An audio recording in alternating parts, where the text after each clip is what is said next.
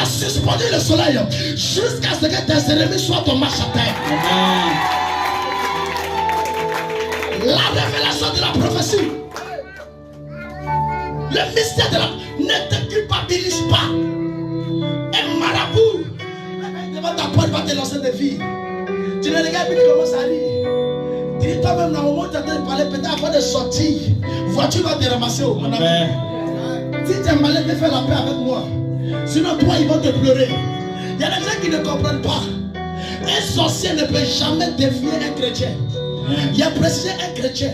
Il n'y a pas dit un chrétien. Il y a chrétien et il y a chrétien.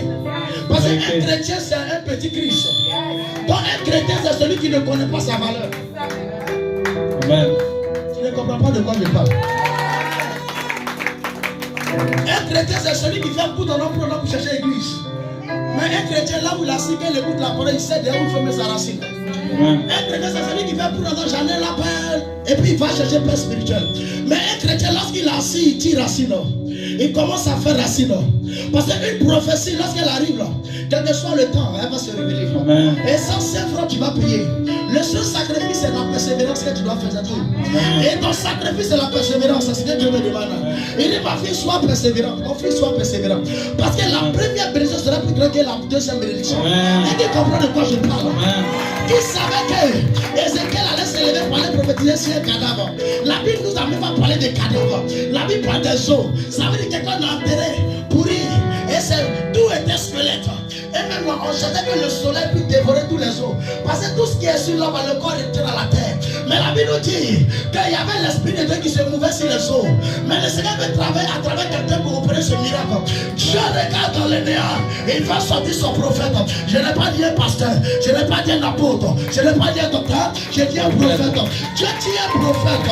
Et quand lorsqu'il arrive, Dieu dit mon fils, est-ce que tu sais que voici la vallée des ossements.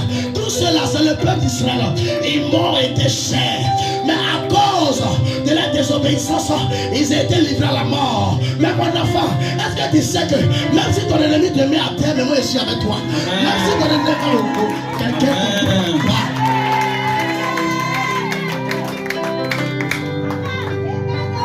Hey!